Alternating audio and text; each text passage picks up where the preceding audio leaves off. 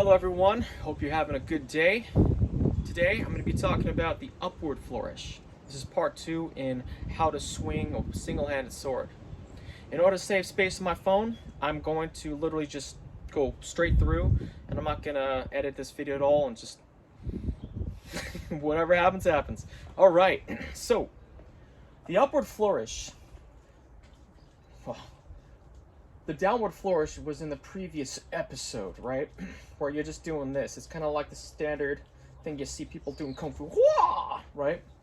Well, the upward flourish is the complete opposite. And looks a little like this. There's also a famous kind of a flourish that you may see in many kung fu films as well, which looks like this.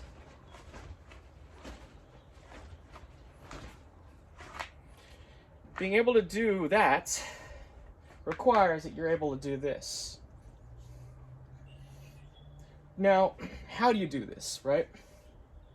In order to explain it, I'm going to use something significantly lighter.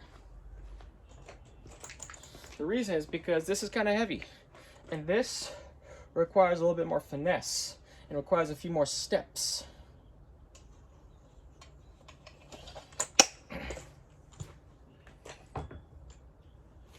Okay, here's a practice sword. This thing's, polypropylene.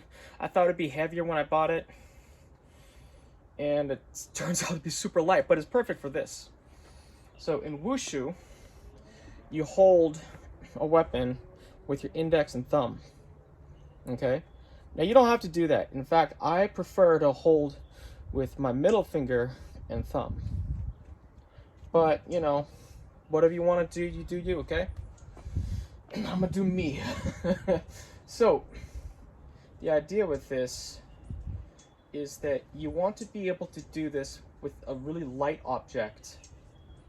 If you want to do it with something more handy that you probably have laying around the house, here's a bamboo stick, okay? Here's my left hand, okay? You're gonna start off, it's gonna look super clumsy like this, okay? But what you want to be able to eventually do is slice almost exclusively with your wrist. Now it's also a pretty good scapular exercise, and I can actually feel the tightness because I got, tightness in my back, the muscles at least, like the lats. My lats are pretty tight. When I do this purely with my wrist, feel the rotator cuff working and my back working as well. Now the objective with this is you want to kind of simulate a cut and a cut and a cut and a cut, but you're only going to do this with your wrist, okay? You're going to use your hand whichever way you will. When you start using something heavier, you're going to bend at the elbow because that is the safe thing to do. Bend at the elbow. But since we're using something light, we're not going to do that yet, okay? For now, we're simply going to be doing this.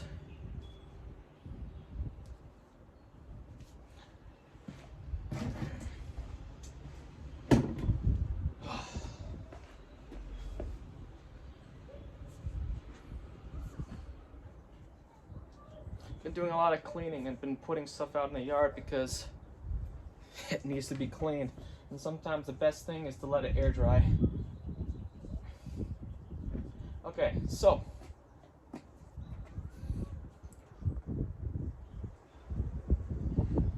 you're gonna let, just like in the other video, you're gonna let it swing, okay?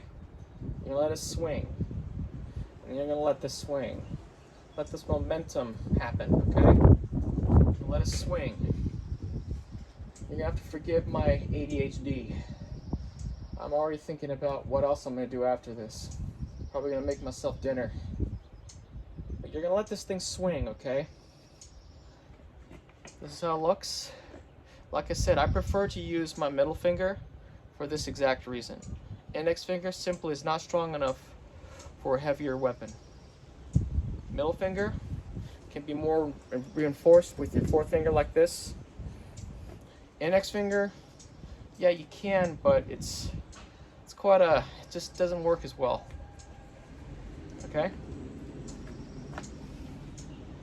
So once you're fluent in aligning the edge,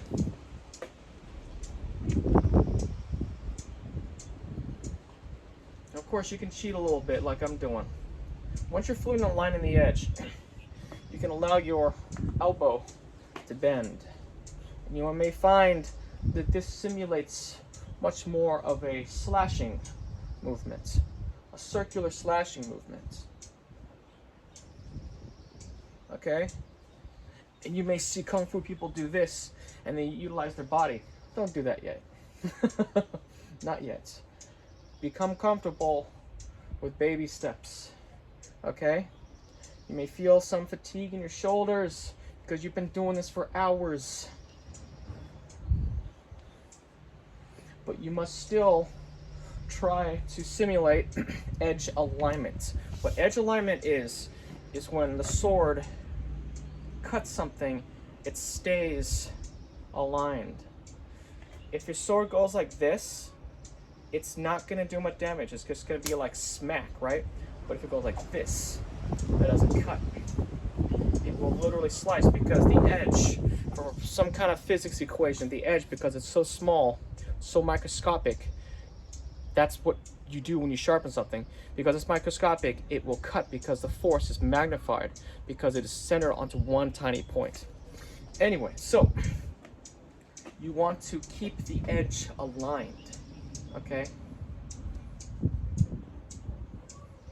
still want to keep it aligned. You're still going to turn over. Be a little further away. You're still going to turn over at the top, right? But you're still going to keep this aligned. All right.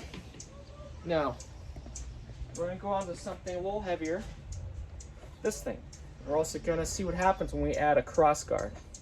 This may make it easier, may probably make it harder. Okay. Same thing with the cross guard. Okay. Now, you're going to put your shoulder into it, okay? Now you can maybe move your hips a little bit.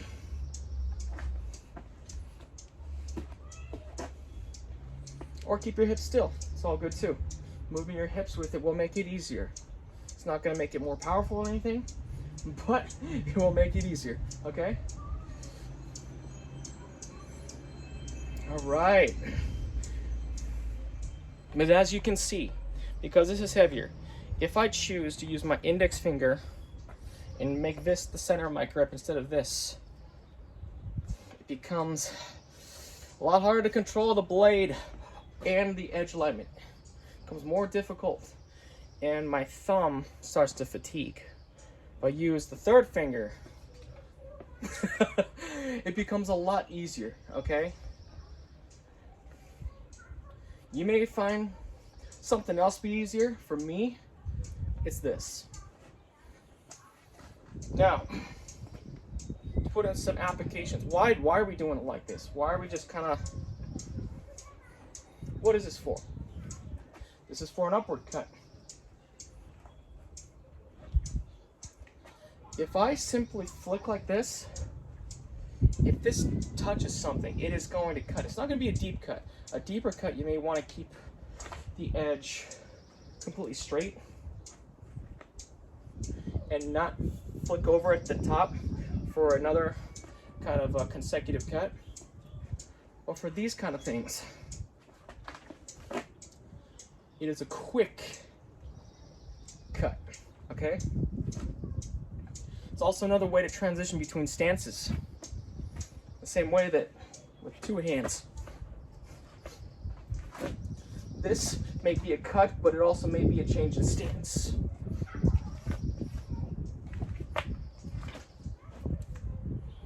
This may be a cut, but it may also be a change in stance. This may be a cut. This may be a moulinet. Well, maybe not moulinet.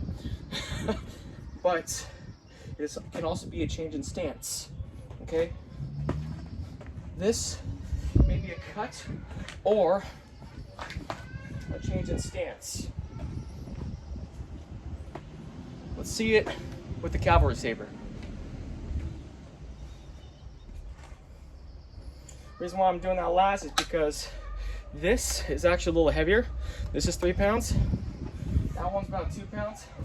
But the point of balance on this is a lot more towards the guard than on this, which is about 7 inches or 8, something further away. Which is why I chose to feature this in these 2 videos. Part 1 and 2 at least. Part 3, 4, 5, 6 are still coming. Okay?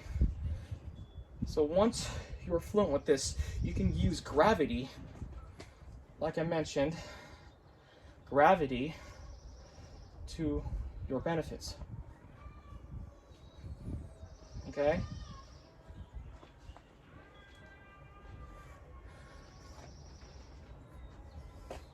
How would this work with the saber?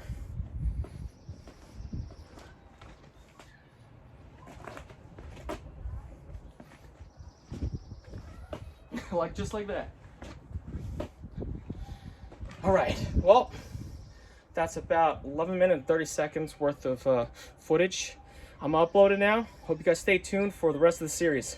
Hope you have a great day. Subscribe to my channel. Thumbs up does something for algorithm. That's what all the YouTubers say. And have a great day, man.